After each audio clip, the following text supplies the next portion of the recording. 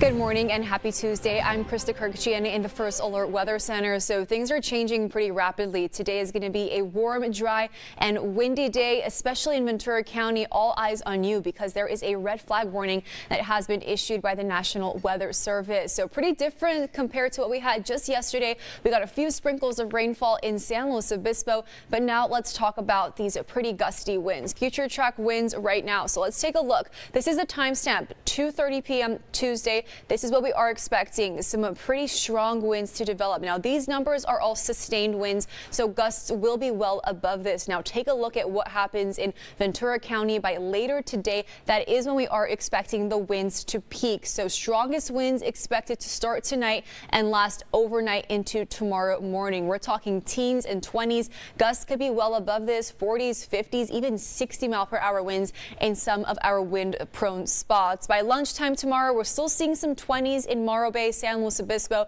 and in Ventura County. The good news is winds are expected to taper as we approach our weekend. So, of course, several wind alerts in effect. We have a wind advisory and a high wind warning pretty much covering most of our coverage area. Most of these already in effect, some even lingering into Wednesday as well. And like I mentioned, warm, dry, and windy conditions, perfect conditions for a fire to spread if one were to be ignited. So we do want to avoid that. In the history books, we have seen so many destructive fires ignite during this time of year, so we want to be mindful of that. So take a look at this. It goes into effect at 3 p.m. today, staying in effect until 6 p.m. tomorrow. We are expecting low relative humidity between 10 to 20% at this time. And of course, those winds are a factor and the unseasonably hot conditions. Let's talk about why it's hot now. It talked about this ridge of high pressure developing yesterday.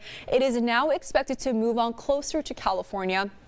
We're going to get some offshore trends replacing the onshore flow. So temperatures much warmer than average tomorrow and Wednesday, tomorrow and Thursday, even warmer than what we are seeing out there now. But then things change even more. As you can see right behind me here, there is another system developing off that coastline. It is going to bring us a chance for some rainfall this weekend. And even if we don't get rain, we're finally going to kiss those fire conditions goodbye.